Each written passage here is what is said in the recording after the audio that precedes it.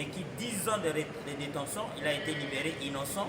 Ça voudrait dire sur le plan du respect mutuel, nous avons là un acte qui nécessite une réciprocité.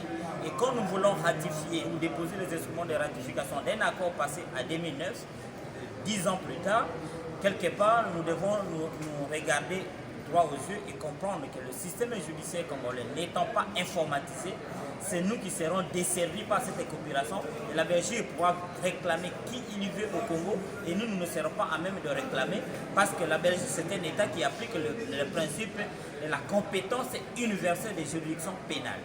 Précédent fâché, informatisation du secteur judiciaire, tout ça.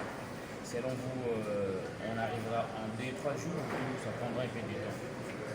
Au regard de la pertinence et de la substance de cet accord, je pense que si à notre niveau, comme la majorité peut se comporter de la manière que nous connaissons, au Sénat, et même je crois qu'à un certain niveau, nous serons obligés de saisir même la justice pour bloquer cet accord, parce que cet accord viole le principe sacré d'égalité de traitement consacré par les articles 12 et 13 de notre Constitution.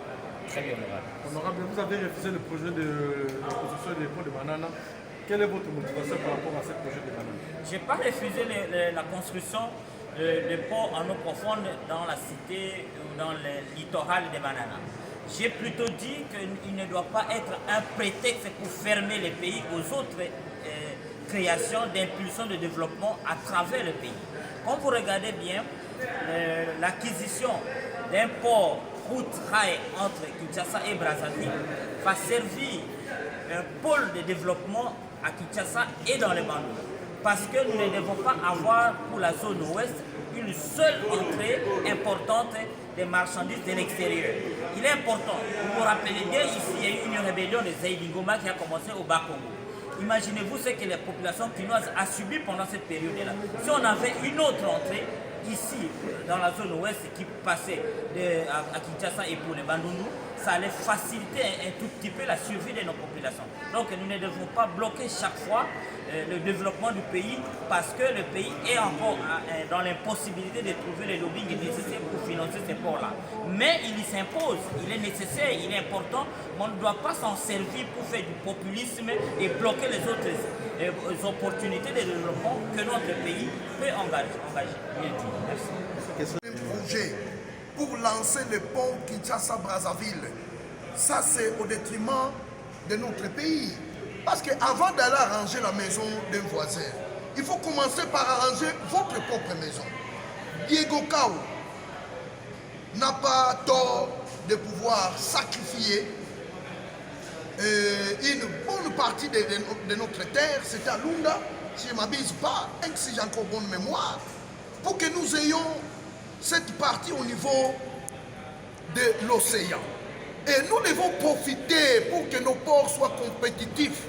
Parce qu'aujourd'hui nous parlons du port de Matadi et de Boma qui coûte très cher.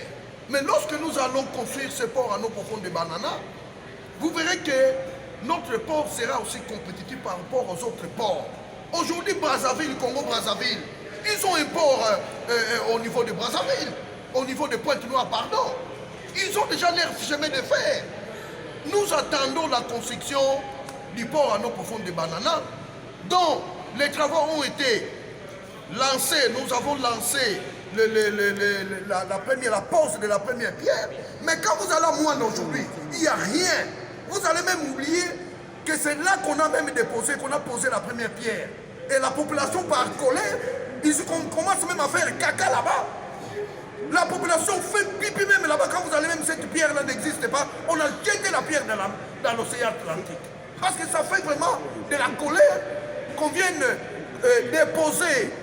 procéder à la pose de la première pierre. Mais quant au début des travaux, on ne sait pas c'est quel siècle. Aujourd'hui, on nous amène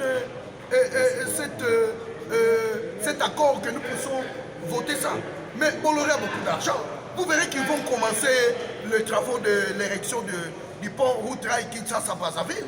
Mais je l'ai dit ici, c'est au détriment de notre pays. Nous disons, niet, nous n'allons pas accepter qu'on puisse sacrifier la souveraineté de notre pays pour donner la chance à d'autres pays, alors que nous-mêmes, on n'arrive pas à bien manger, à être bien sur le plan social, nous devons commencer d'abord par nous-mêmes. Voilà notre position. C'est comme ça que nous avons dit aux collègues de rejeter tout simplement cet accord, que nous ne puissions pas voter ça, qu'on commence d'abord par terminer le premier quai de notre port à nos profonds de Banana au niveau de Mwanda et que le navire de haut tonnage commence à accoster. C'est enfin qu'on peut maintenant démarrer les travaux de la construction de ce fameux pont Kinshasa-Brazzaville. Et alors si ce n'est pas fait, alors quel sera votre... Mais vous allez voir, la fois passée, vous avez vu quand on avait annoncé ça. Mais nous, ce qui nous rassure, le président de la République, son Excellence Félix Tshilombo, avait promis qu'on devait commencer par construire ces ponts à nos profonds de Banana, avant d'aller construire les ponts. Donc, nous osons croire que les paroles du président de la République restent vraiment des paroles d'honneur. Donc, ils vont vraiment devoir terminer la construction du port à nos profonds de Banana avant d'aller commencer les ponts. Donc, vraiment, nous croyons aux paroles du chef de l'État.